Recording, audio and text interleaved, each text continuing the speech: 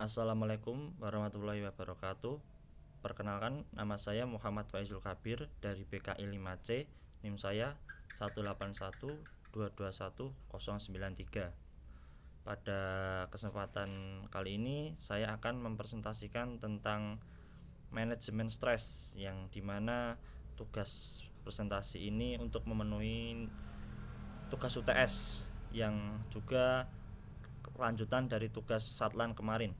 Yang pada tugas Satlan kemarin itu saya membahas tentang manajemen stres, terutama mengarah ke mahasiswa dan pelajar, karena pada masa pandemi seperti ini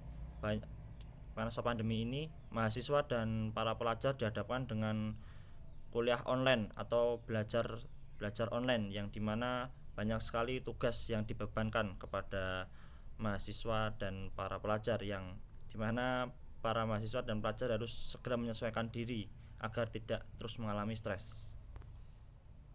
Yang pertama, yang paling dasar itu kita membahas apa itu stres.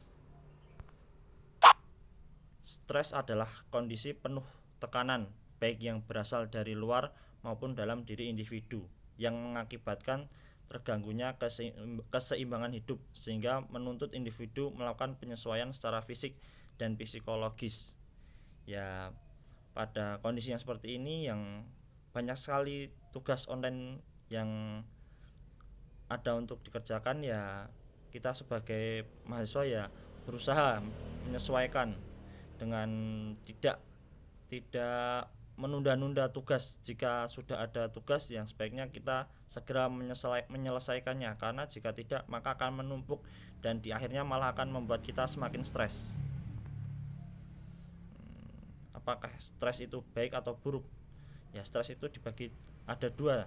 Stres positif, yaitu stres yang memicu produktivitas, yang dimana saat kita mengalami stres itu kita berusaha menyelesaikan masalah itu dan mengurangi stres itu, yang dimana stres itu jadi pacuan atau motivasi diri kita sendiri agar untuk menyelesaikan segera tugas-tugasnya.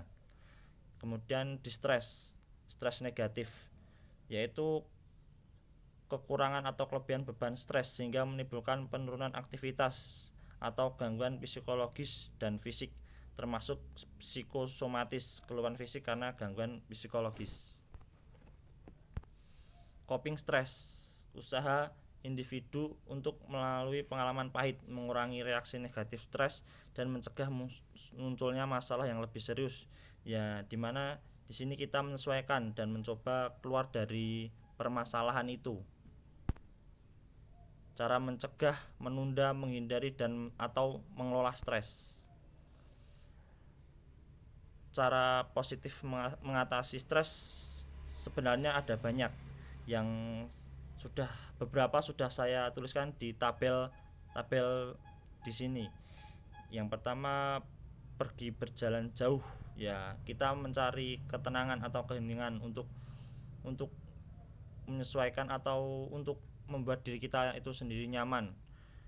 Kemudian yang cara positif untuk mengatasi stres bagi saya ya pergi ke laut atau ke gunung, ya dimana di situ kita mencoba menenangkan diri, merelaksasi pikiran. Kita mencoba menenangkan pikiran dan ya untuk mencari pemikiran positif dan tidak agar terhindar dari stres. Ya, itu tadi presentasi dari saya. Jika ada salah kata, saya mohon maaf. Wabillahi taufiq wal hidayah. Wassalamualaikum warahmatullahi wabarakatuh.